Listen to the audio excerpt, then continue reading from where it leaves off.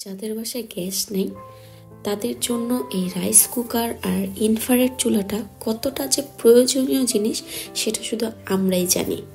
তো এই দুইটা জিনিস কিভাবে আপনারা সুন্দর করে পরিষ্কার পরিচ্ছন্ন করে রাখবেন, কিভাবে ক্লিনিং করবেন, আর দিন শেষে মাস শেষে আমার এই দুইটাতে বিল কীরকম আসে সব কিছুই আজকে আপনাদের সাথে আমি শেয়ার করব। তো হ্যালো এভরিওয়ান, আসসালামু আলাইকুম, ওয়েলকাম টু মাই চ্যানেল। আশা করি সবাই খুবই ভালো আছেন, আপনাদের দোয়াতে আমিও খুবই ভালো আছি। সো বরাবরের মতন আরেকটা নতুন ভিডিও নিয়ে আপনাদের সামনে হাজির হয়ে গেলাম। তো সবার প্রথমে আমি রাইস কুকারটা ধুয়ে দেখাই দিব। তো আমি দেখা যায় কি যে প্রতিদিনই রান্নার আগে এটাকে পরিষ্কার করে নিই, কিন্তু আমাদের অন্তত মাসে 2-3 বার এটাকে ডিপ ক্লিন করা উচিত।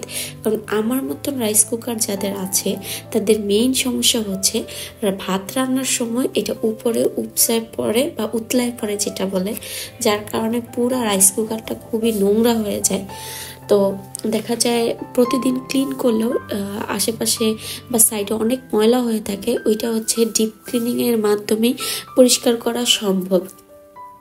তো আমি একটা এরকম মাজনি নিয়ে, যেগুলো বাইরে 10-15 টাকায় পাওয়া যায়, তো এইটা দিয়ে একটু ভিম লিকুইডটা নিয়েছি শুধু, দেন পানি দিয়ে এটাকে আমি ভালো করে উপরের পাটটাতে আগে মেজে নিচ্ছি। অবশ্যই খেয়াল, যেখানে কারেন্টের লাইনগুলো আছে ওই জায়গাটা কিন্তু এরকম করা যাবে না, ওই জায়গাটা অ্যাভয়েড করতে হবে। আর সবসময় ডিপ ক্লিনিংটা আপনারা রাতে করবেন, বা দেখা যায় কি যে যেদিন রান্না বান্না নাই ওই দিন করার চেষ্টা করবেন। কারণ কি আপনি যতই কারেন্টের লাইনটা অ্যাভয়েড করেন, দেখা যায় পানি একটু হলেও থাকতে পারে বা যেতে পারে, তো সাবধানতা অবলম্বন করা অবশ্যই দরকার। তো আমি সবসময় এইভাবেই করি, দেখা যায় কারেন্টের লাইনটা অ্যাভয়েড করি, ওই জায়গায় শুকনো কাপড় দিয়ে মুছে নিই। আর সবসময় রাত্রের বেলায় ক্লিন করি। এইরকম ডিপ ক্লিনটা করতে হলে দেখা যায় রাত্রেবেলা ডিপ ক্লিন ঘুমানোর আগে করে আমি তারপরে গিয়ে ঘুমাই থাকি আর কি। সকালে উঠতে উঠতে আমি তো ভাত বসাইতে পরের দিন 11টা-12টা, তো এতক্ষণে সুন্দর মতন শুকায় যায়, তো সমস্যা হয় না। যেহেতু এটা খাবারের জিনিস, খাবার রান্না করা হয়, তো অনেকে দেখা যায় ডিটারজেন্ট দিয়ে ডিপ ক্লিন করতে যায়, সেটা কোনোদিনই করবেন না, কারণ ওইটা কিন্তু আমাদের শরীরের জন্য খুবই খারাপ। তো সবসময় দেখা যায় ভিম বা ভিম লিকুইড যেটা পান, এই টাইপের জিনিস দিয়েই ক্লিনিং করার চেষ্টা করবেন। আর ওই যে আরেকটা মাজুনি আছে না, যেটা জালি টাইপের, এই মাজুনিটাও অ্যাভয়েড করবেন, কারণ ওইটা ধারালো তো একদম সাইড মাইড সব নষ্ট করে ফেলবে। তবে এই ধরনের রাইস কুকার আমি কাউকে কিনতে বলবো না, কারণ এইগুলো খুবই ঝামেলা, ওই যে ক্লিনিং ব্যাপারটা। কারণ কি দেখা যায় এই টাইপের রাইস কুকারে দেখছি ভাত একদম উপরে উঠে আসে আর একদম পুরো মাঠটার ভরে যায়। তো এখন আরো অনেক আপডেট টাইপের রাইস কুকার আসছে, দামও কম। আপনারা, আমি এইটা যেই দামে কিনেছি ওই দামে আসলে চাইলে ওই টাইপের গুলো পাওয়া যায়, তো আপনারা চাইলে ওই টাইপের গুলাই কিনবেন, যে উপরে লিড বা ঢাকনা দেওয়া থাকে ওইগুলা। আর এগুলো কি যে এই যে ক্লিনিং এর ব্যাপারটা প্রতিদিন মুছতে হয়, তারপরে এমন ময়লা হয়, এমন হয়, তারপরে আপনি ভাত রান্না করার সময় এটার উপরে উতলায় চলে আসে, একদম নিচে টিচে ভরে যায়, পুরো রাইস কুকার ভরে যায়। তো এই কারণে এটা আমার বেশি একটা ভাল লাগে না। তো যাই হোক, তারপর আমি এটাকে ভালো করে মেজে, এটার উপরের পাটটাতে যেহেতু কারেন্ট বা কিচ্ছু নাই, তা আমি ভালো করে পানি দিয়ে এটাকে ক্লিন করে নিতেছি। আর নিচের পাটটাতে আমি এরকম পানি নিয়ে কয়েকবার করে মুছা দিব। দেখা যায় প্রথমবার মুছলাম, তারপর আরো 2-3 বার এরকম আমি একটা বোলে পানি নিয়ে নিছি, দেন এটা দিয়ে কয়েকবার মুছে নিলেই সুন্দর ক্লিন হয়ে যায়। তারপরে আমি আবার শুকনো কাপড় দিয়ে এটা মুছে নিব। আর এই রাইস কুকার প্রতিদিন ব্যবহারের ফলে, আর ইনফ্রারেড চুলাও প্রতিদিন ব্যবহারের ফলে আমার মাসিক কারেন্ট বিল কিরকম আসছে সেটা আমি একদম লাস্টে বলে দিব। সো ফুল ভিডিওটা দেখার ট্রাই করবেন, স্কিপ না করে, কারণ একদম ডিটেল A to Z আমি কিন্তু ভিডিওতেই বলে দিচ্ছি। তো এখন আমি একটা শুকনা পরিষ্কার কাপড়, সবসময় দেখা যায় রাইস কুকার এগুলো ক্লিন করতে আলাদা কাপড় রাখবেন, একটা ভিজা কাপড়, একটা শুকনা কাপড়, এই দুটো আলাদা করে রেখে দিবেন, এইগুলাই ব্যবহার করবেন।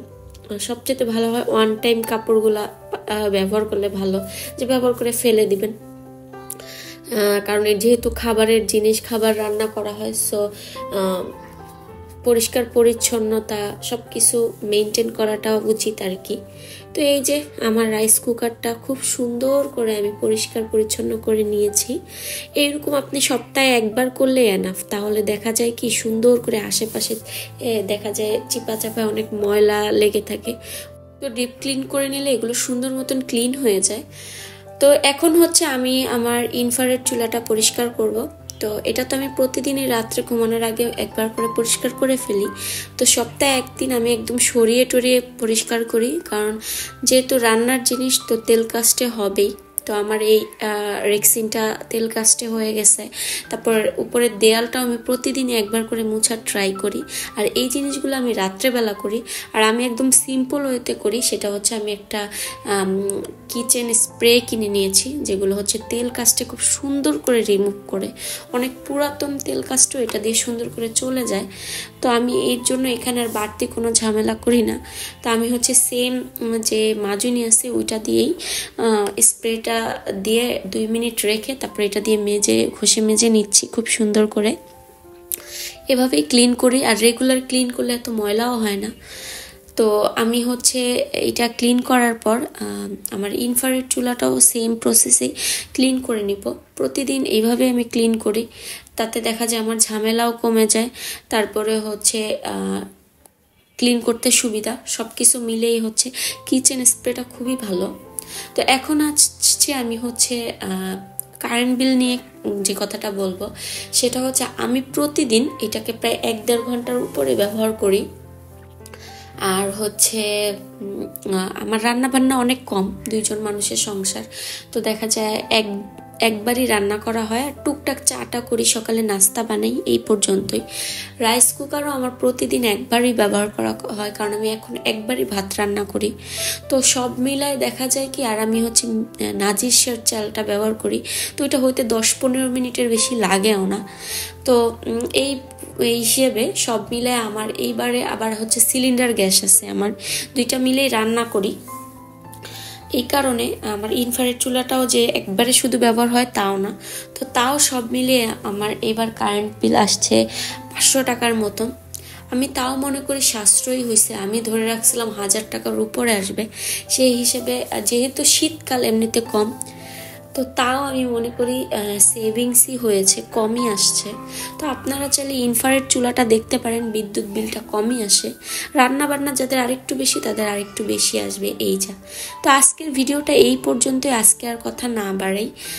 তো কেমন লাগলো ভিডিওটা অবশ্যই কমেন্ট করে জানাবেন। আজকে এই পর্যন্তই, আল্লাহ হাফেজ।